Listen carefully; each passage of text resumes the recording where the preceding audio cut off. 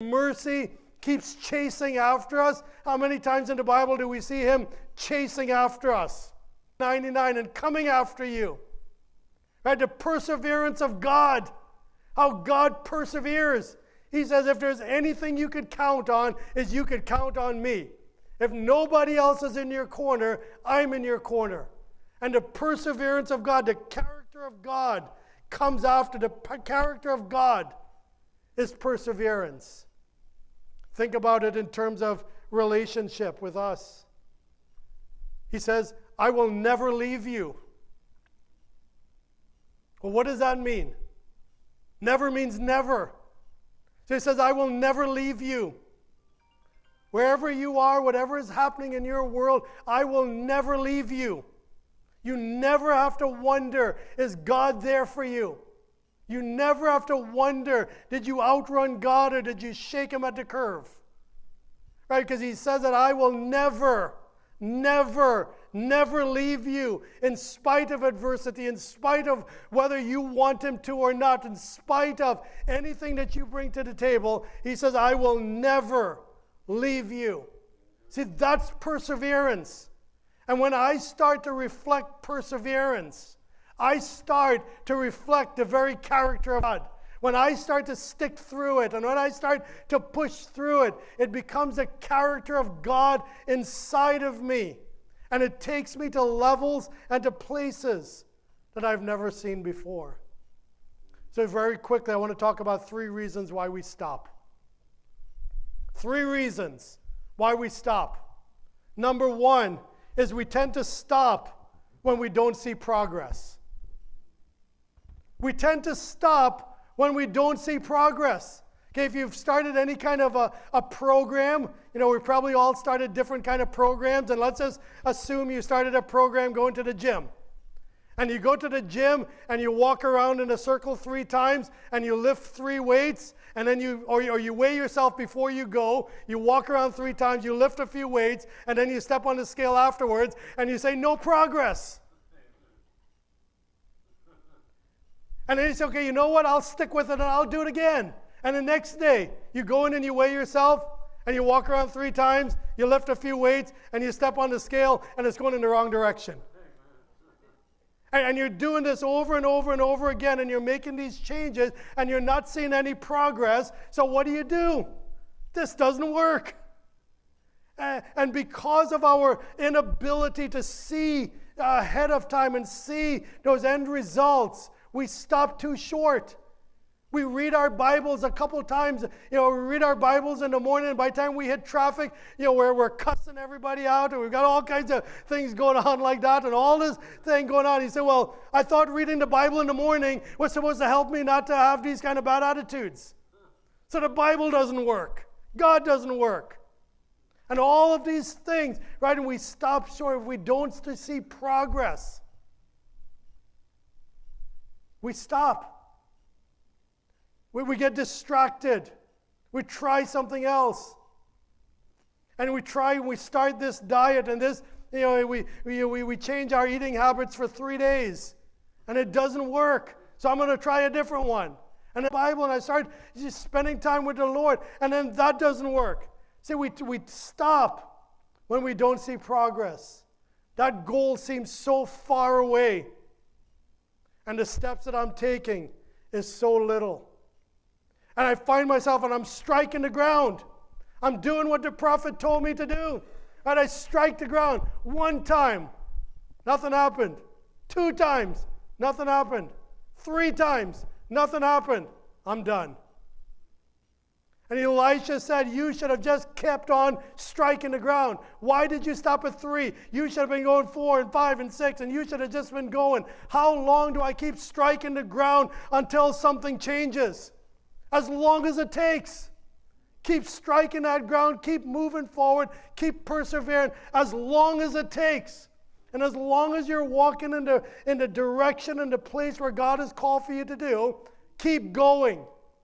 And it might look like it's miles away, but every day you're 2 and 3 steps closer.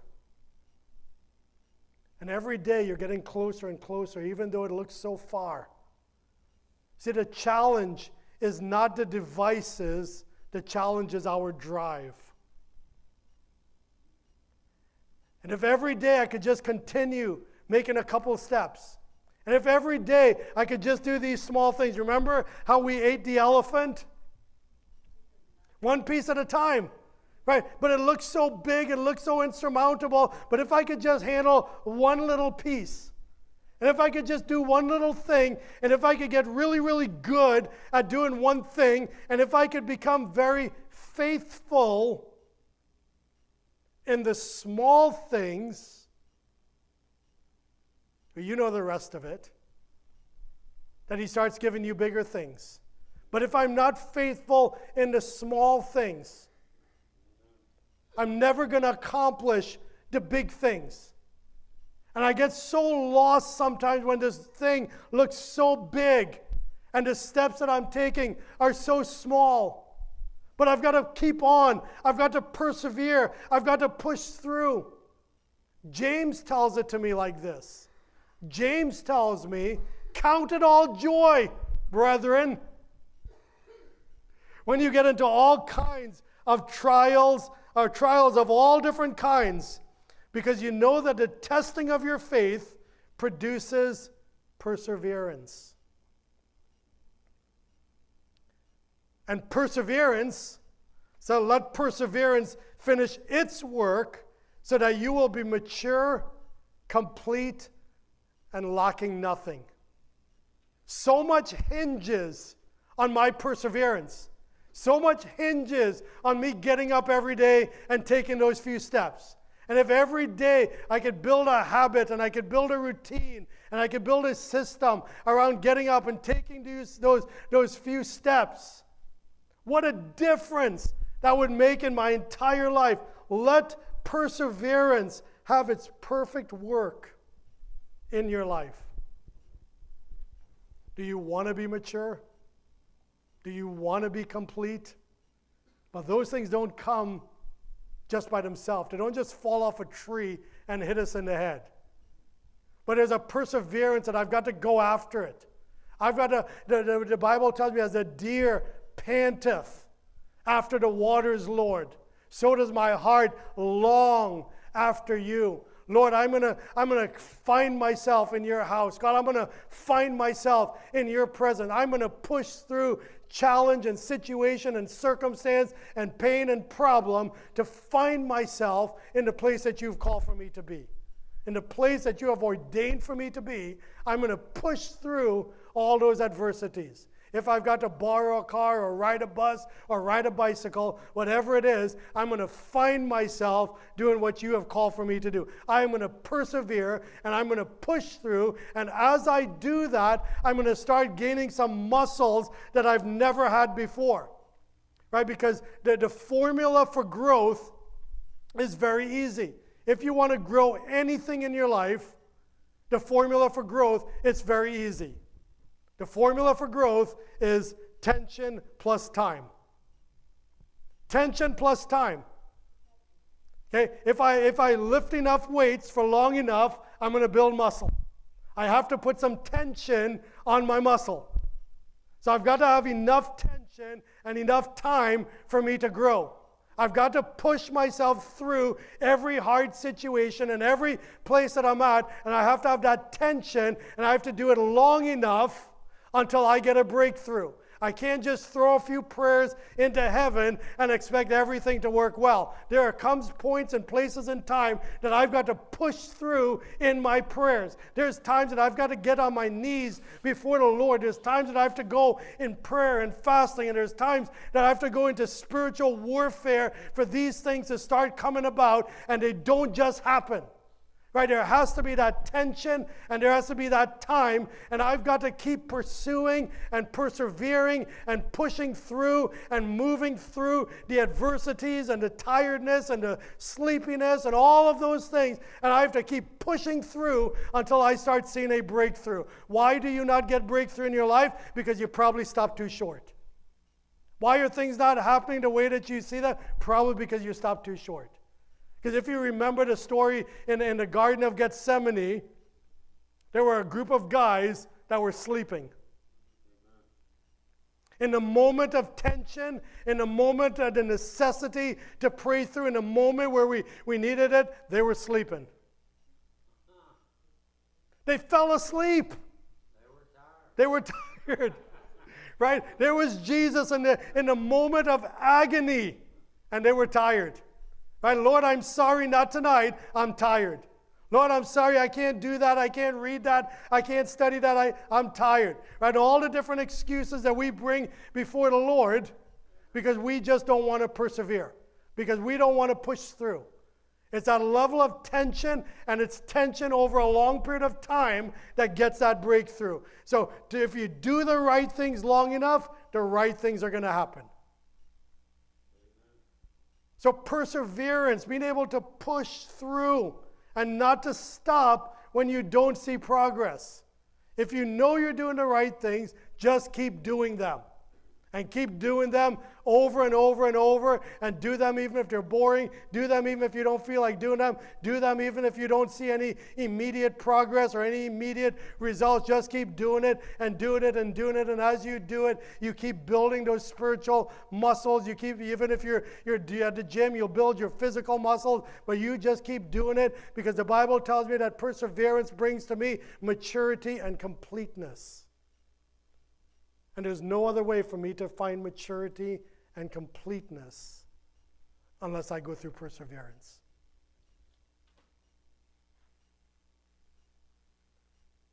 So the first reason I think we stop is we tend to stop because we don't see progress.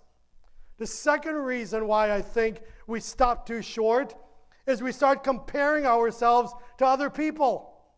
We stop short when we have a tendency to compare our progress with someone else. And you walk into the gym and you see all of these big buff people in there, and you say, not for me. You say, boy, that could never happen to me. That's all, they're so special, they're so unique, that's all about them. You walk into church and you see people raising their hands and praying and praising the Lord and doing all that kind of stuff, and you say, well, not for me.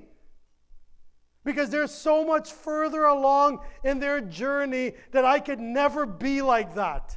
Have you ever told yourself that I could never be like them? And if you have told yourself that you could never be like them, thank the Lord for that. Right? Because God doesn't want you to be them. And we spend so much time trying to be someone else that we're not being who God has called for us to be. It's not my job to be like you. It's not my job to act like you or to do these kind of things. It's my job to do me, to do what God has called me to do in the way that He has created me to do it. And I can't keep comparing myself to other people. Comparison is the thief of progress. Because every time you make 2 or 3 steps, you're going to be looking and seeing somebody else that's 4 or 5 steps ahead of you. And then you're going to say, it's not worth it. I'm just going to stop right here. It's never going to work for me. You ever told yourself that? It's never going to work for me. Everybody else gets all of the success, but it's never going to work for me. Comparison is the thief of joy. And we waste so much effort comparing ourselves to others. And we compare our chapter 1 to their chapter 5, 6, and 7. And it's never going to be a fair battle because you're never called to compare yourself to anyone else. The only person that I could compare myself to is who I was yesterday. And if I could take a few more steps today, and if I can just get a couple steps closer to the Lord today, then I'm better off than I was yesterday. I'm on my journey. You're on your journey. And you can't compare your journey to my journey. And I can't compare my journey to your journey. Right? You might pick up and you might run faster than I could ever run. But I'm going to run at my pace. And you run at your pace. And I can't compare myself. And God doesn't expect me to compare myself to anyone else. You think God's up in heaven and saying, well, look at what he did and look what she did. How come you're not like your big brother? How come you're not like your little sister? See, we might compare other people to other people, but God never compares us to that. He gives us the cross. He gives us our identity. And he says, I want you to just push on. Persevere. Go through. Push through the adversity. Because your victory is on the other side of everything you don't want to do. Everything that God has for us is on the other side of all of the things that we don't want to do. So he says, push through that adversity. Push through that challenge. Push through that place. Don't compare yourself to anyone else. You're not in anyone else's shoes, and you're not on anyone else's journey. Push through. And then lastly tonight, one of the biggest reasons why we tend to stop is we become complacent. Apathetic. Complacent. Instead of being consistent, we become complacent. And all complacent means, it's a big word that just means I don't care. It's a big word that says I've reached to where I want to be. And I'm going to sit right where I am for the rest of my life.